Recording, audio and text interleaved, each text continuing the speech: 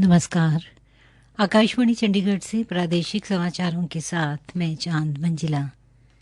सड़क यातायात और राष्ट्रीय राजमार्ग मंत्रालय ने 1 जनवरी 2021 से सभी 4 पहिया वाहनों पर फास्टैग को आवश्यक बताते हुए अधिसूचना जारी की है।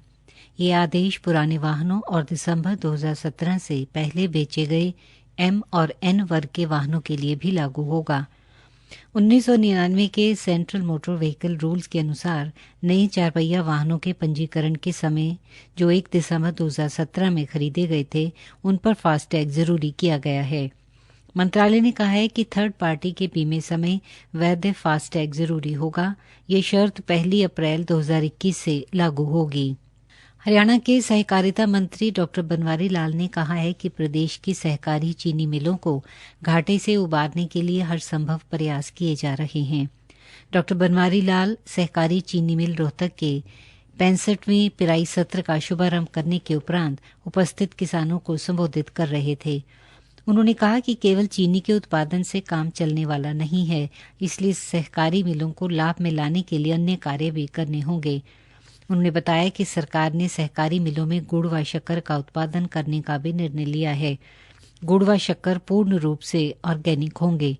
उन्होंने कहा कि प्रथम चरण में पलवल, महम व कैथल की मिलों में चीनी के साथ साथ ऑर्गेनिक गुड़ व शक्कर का भी उत्पादन आरंभ होगा। मार्च तक शाहबा चीनी मिल में एथेलॉन का उत्पादन भी आरंभ हो जाएगा।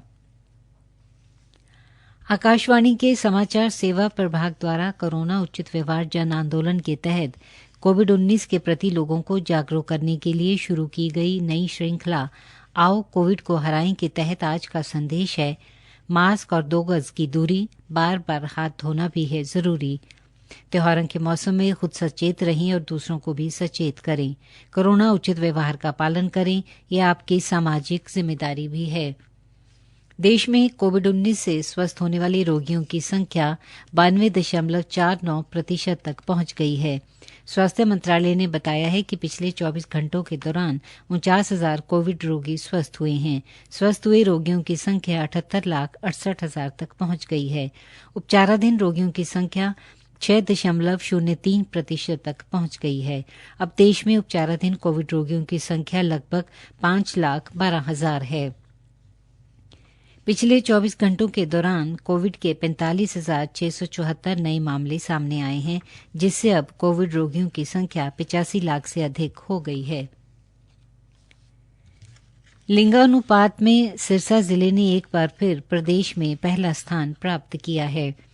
अक्टूबर महीने तक सिरसा जिले में 1,000 लड़कों के पीछे 947 लड़कियों का जन्म हुआ। दूसरे स्थान पानीपत जिले का रहा, जहां 946 लड़कियों ने जन्म लिया। तीसरे स्थान पर कुरुक्षेत्र जिला रहा, जहां 937 लड़कियां जन्मी। झज्जर जिला 880 लड़कियों के साथ प्रदेश भर में सबसे नीचे 22वें स्थान पर रहा। अक्टूबर महीने तक प्रदेश में 4,34,286 बच्चों ने जन्म लिया, जिनमें से 2,26,359 लड़के और 2,07,927 लड़कियां हैं। प्रदेश भर में लिंगानुपात की दर 1,000 लड़कों के पीछे 919 लड़कियां हैं। सिरसा जिले में अक्टूबर महीने तक कुल 17,099 बच्चों ने जन्म लिया। इनमें 8,780 लड़के और 8,319 लड़कियां शामिल हैं। हरियाणा राज्य हज कमेटी ने वर्ष 2021 में हज यात्रा करने के लिए हाजियों से आवेदन आमंत्रित किए हैं। आवेदन करने की अंतिम तिथि 10 दिसंबर है। निर्धारित दस्तावेजों के साथ आवेदन अखिल भारतीय हज कमेटी की वेबसाइट hajcommittee.gov.in पर किए जा सकते हैं।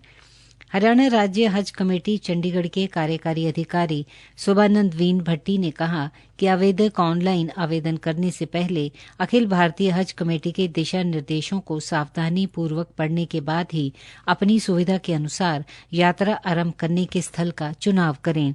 एक बार चुने गए विकल्पों को बाद में बदलने की अनुमति नहीं होगी। यात्रियों के ठहरने की व्यवस्था हवाई किराए पर निर्भर होगी। प्रादेशिक समाचार समाप्त हुए।